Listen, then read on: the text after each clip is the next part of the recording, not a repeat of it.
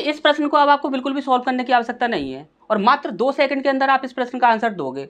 कैसे दोगे, ध्यान से देखिएगा।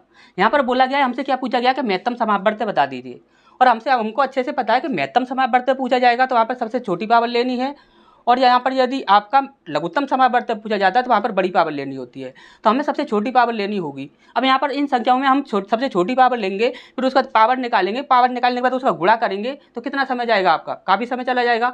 इससे अच्छा हम आपको एक शॉर्ट ट्रिक बताते हैं, उससे आप प्रश्न को सॉल्व कीजिए, मात्र 2 सेकंड के अंदर सॉल्व हो जाएगा। कैसे हो जाएगा, ध्यान से देखिएगा। हमने बोला कि 3 की पावर सबसे छोटी कहाँ पर है, तो यहाँ पर है 3 की पावर 2। हमने बोला 4 की पावर सबसे छोटी कहाँ पर है, तो 4 की पावर 2 यहाँ पर है। अब यहाँ पर बोला कि 4 की 9 की पावर देखिए सबसे छोटी यहीं पर है, तो यहीं पर इसे ही को हम यहाँ पर ले लेते हैं। हमने बोला कि 4 की पावर यदि आप 2 करते हो तो यहाँ पर इकाई अंक कितना बनेगा, 4 चौक 16 होता है, यानी कि 6 इकाई अंक बनेगा आपका।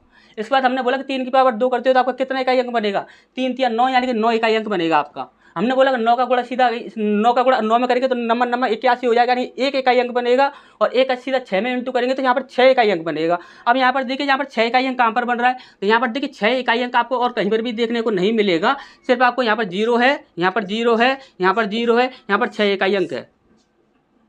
जल्दी सॉल्व हुआ या देर में हुआ, अभी आप ऐसे सॉल्व करते, गुणा करते, भाग करते, तब आपका यहाँ पर आंसर इतनी देर में आता, लेकिन अब यहाँ पर इसका आंसर सिर्फ सेकंडों में आ गया।